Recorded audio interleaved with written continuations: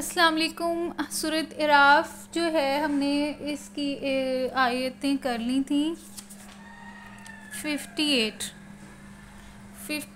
जो है हमने आयतें कर ली थी। यहाँ पे हमारा रुकू भी ख़त्म हो गया था। अब जो है हम इसे नेक्स्ट स्टार्ट करते हैं। 58 कर लिया था तो 59 से स्टार्ट करना है।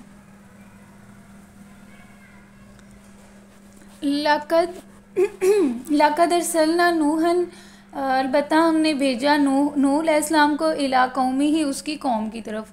इला तरफ, कौमी कौम ही उसकी, ही जो है ना ये इशारा कर रहा है नूह अलैहिस्सलाम की तरफ। फ़काला तो कहा या कौमी, तो मतलब कि नूह अलैहिस्सलाम ने कहा या का मतलब होता है ए, मतलब मुखातिब करने के लिए जो अरबी लोग हैं ना वो या से करते हैं।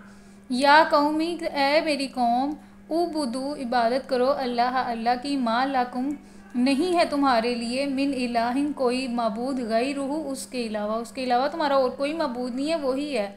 इन्नी बेशक मैं अखाफ डरता हूँ अलैकुम तुम्हारे बारे में, अजाब यौमिन अजीम, जो कि दिन होगा बहुत बड़ा, उस बहुत बड़े अजाब के दिन से मैं डरता हूँ तुम्हारे लिए। अगर तुम नहीं अपनी रविश से बाज आओगे, अगर तुम शिरक करते रहोगे तो अल्लाह ताला तुम्हारे ऊपर अजाब भेज देगा। तो नूह अलैहिस्सलाम, हज़रत नूह अलैहिस्सलाम थे ना जिन्होंने 950 साल तक तबलीग की थी और सबसे ज़्यादा टाइम इनका है। और इन्होंने मतलब कि इतने साल इन्होंने लोगों की बातें सुनी और उनका रवैया बुरा बुरा देखा, क्योंकि जब वो तबलीग देते थे ना तो वो नहीं आते थे। और जब दूर से ही जब देखते थे ना नूह अलैहिस्सलाम आ रहे हैं तो कुछ लोग ऐसे होते थे दूर से ही भाग जाते थे उनको देख के ही, या फिर अपने कानों में उंगलियां डाल लेते थे, या फिर अपने आप को कवर कर लेते ताकि उसकी बात जो हमें सुनाई ना दे।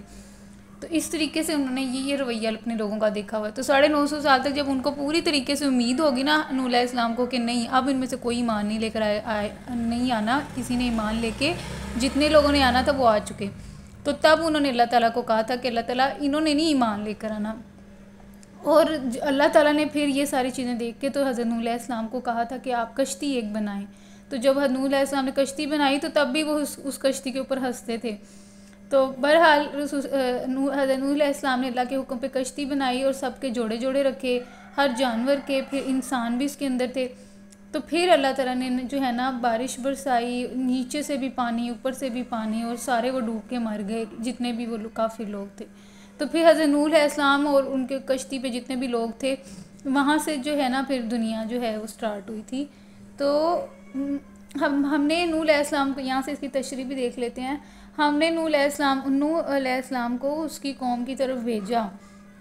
उसने कहा ए बरादराने कौम, अल्लाह की बंदगी करो, उसके सिवा तुम्हारा कोई खुदा नहीं है।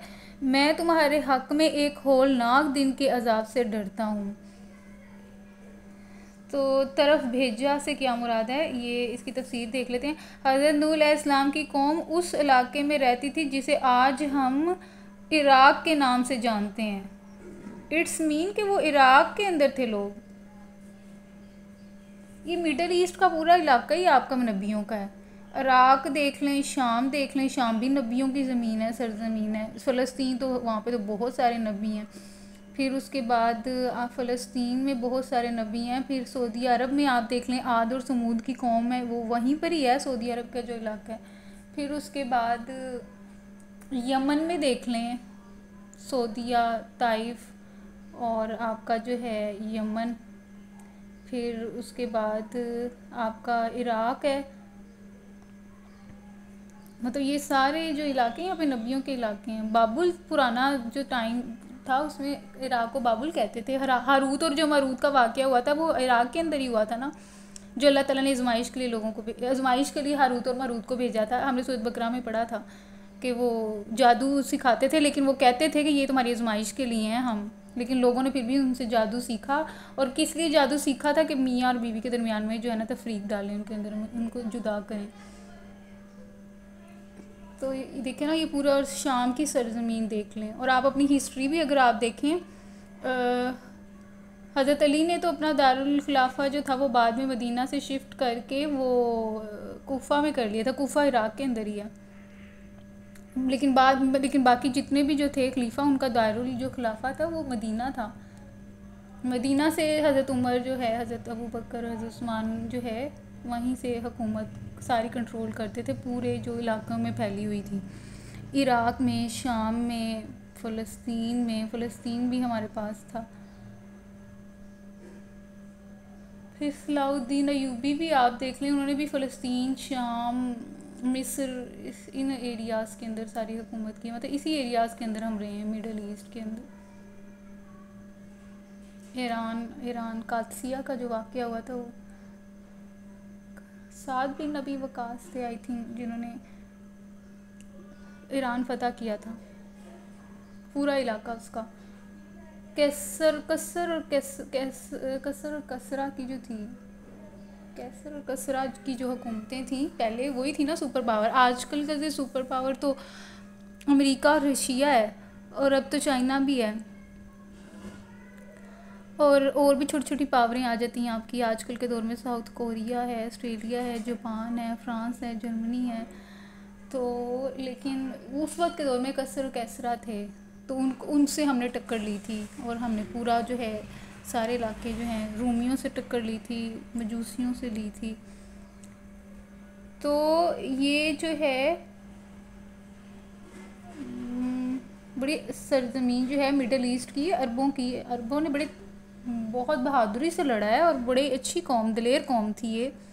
अब नहीं है, अब वो ख़त्म हो गई है चीज़ उनके अंदर, पैसे की वजह से, दौलत की वजह से, तेल जो निकल आया, उनकी बड़ी बड़ी बिल्डिंग इन्होंने खड़ी कर लिया। मतलब जो अगर आप हदीस में रसूल सल्लल्लाहु अलैहि वसल्लम की पेशन गोई देखेंगे तो वो सारी आपको पूरी होती हुई दिखाई देंगी, और लगता है कि बहुत करीब ही है कि अरबों का जब ख़ात्मा हो जाएगा।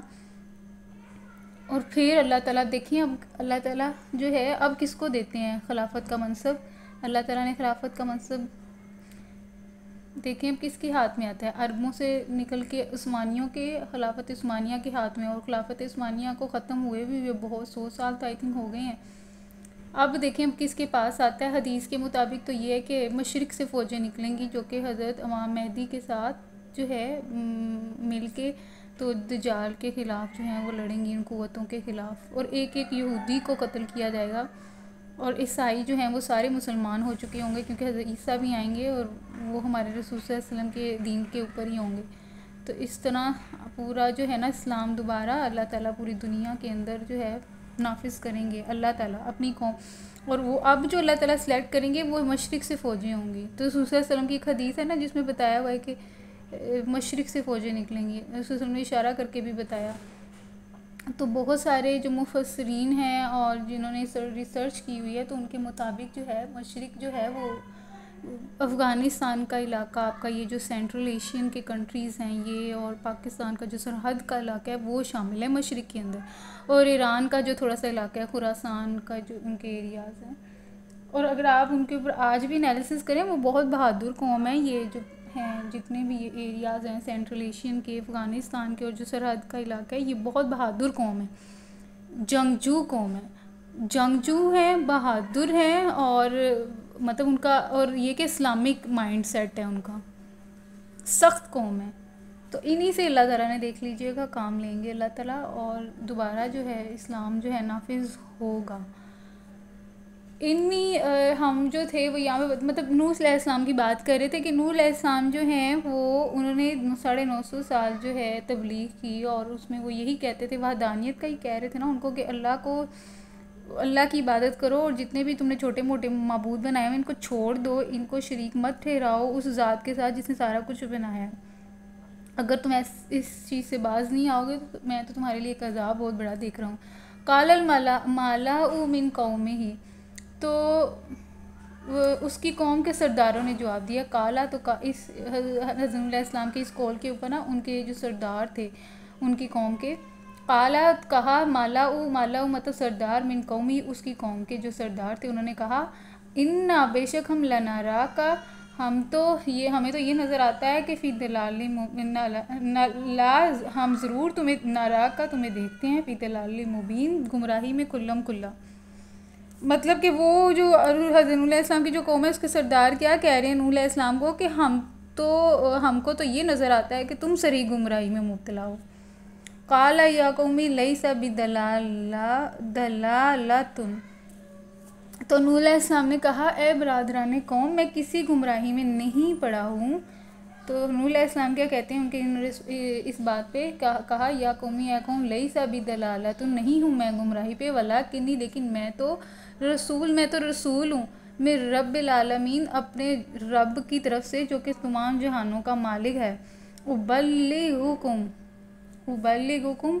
और मैं तो तुम्हें अपने रब के पैगामात पहुंचाता हूँ। उबल्लिगुकुम, बल्लग होता है पहुंचाना का, पैगाम रसानी के मायने में आता है।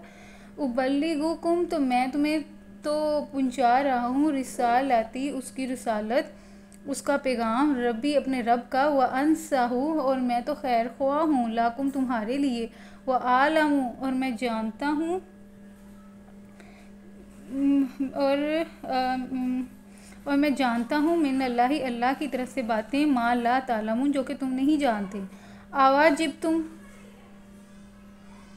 तो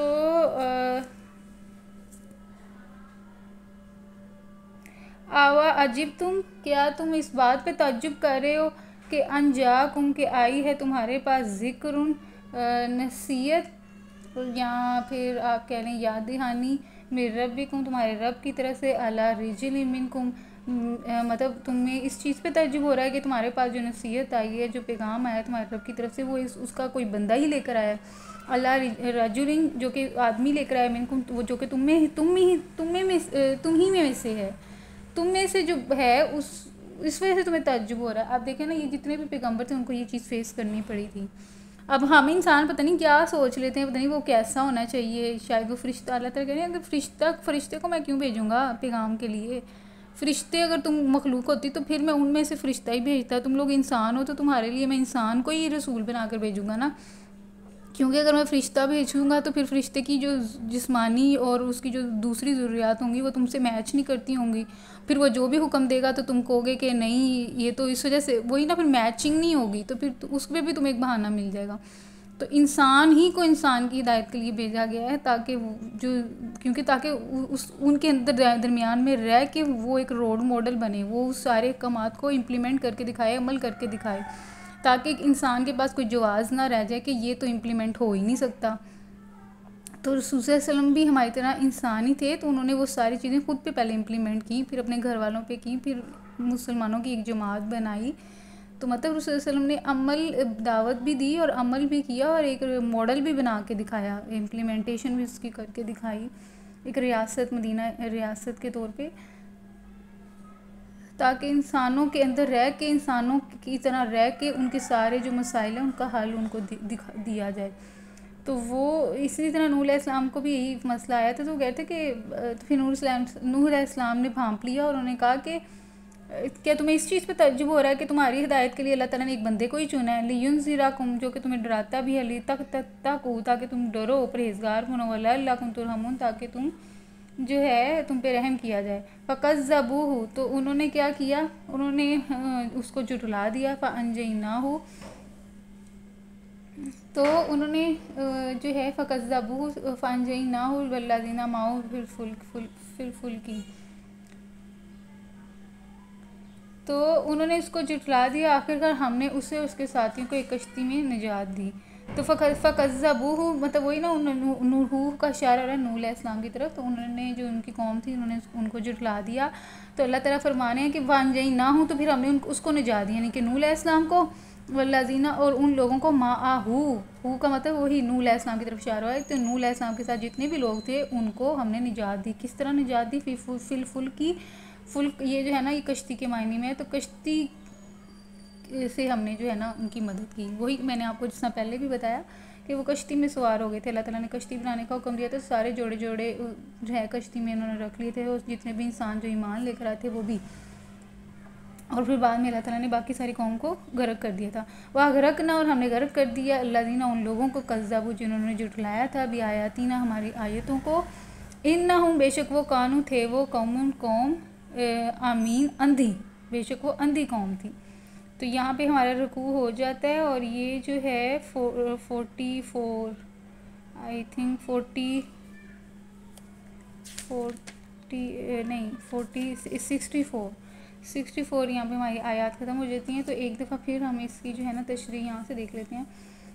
उसने कहा कि ए बरादरान कौम, अल्लाह की बंदगी करो, उसके सिवा तुम्हारा कोई खुदा नहीं है। मैं तुम्हारे हक़ में एक होलनाक दिन के अजाब से डरता हूँ। उसकी कौम के सरदारों ने जवाब दिया, हमको तो ये नज़र आता है कि तुम सरी गुमराही में मुब्तला हो। नूह अलैहिस्सलाम ने कहा कि ए बरादरान कौम, मैं किसी गुमराही में नहीं पड़ा हूँ, बल्कि मैं तो रब्बुल आलमीन का रसूल हूँ। तुम्हें अपने रब के पैगामात पहुँचाता हूँ, तुम्हारा खैर ख्वाह हूँ, और मुझे अल्लाह की तरफ से वो कुछ मालूम है जो तुम्हें मालूम नहीं है। क्या तुम्हें इस बात पर तअज्जुब हुआ कि तुम्हारे पास खुद तुम्हारी अपनी कौम के एक बंदे के ज़रिए से तुम्हारे रब की याद दहानी आई, या नसीहत आई, या पैगाम आया, ताकि तुम्हें ख़बरदार करे और तुम गलत रवि से बच जाओ और तुम पर रहम किया जाए। मगर उन्होंने उसको जुटला दिया। आखिरकार हमने उससे और उसके साथियों को एक कश्ती में निजात दी और उन लोगों को डुबो दिया जिन्होंने हमारी आयत को जुटलाया था। यकीनन वो अंधे लोग थे। तो यहाँ पे हमारा रुकू ख़त्म हो जाता है। नेक्स्ट जो है फिर हम 65 से स्टार्ट करेंगे। Thank you.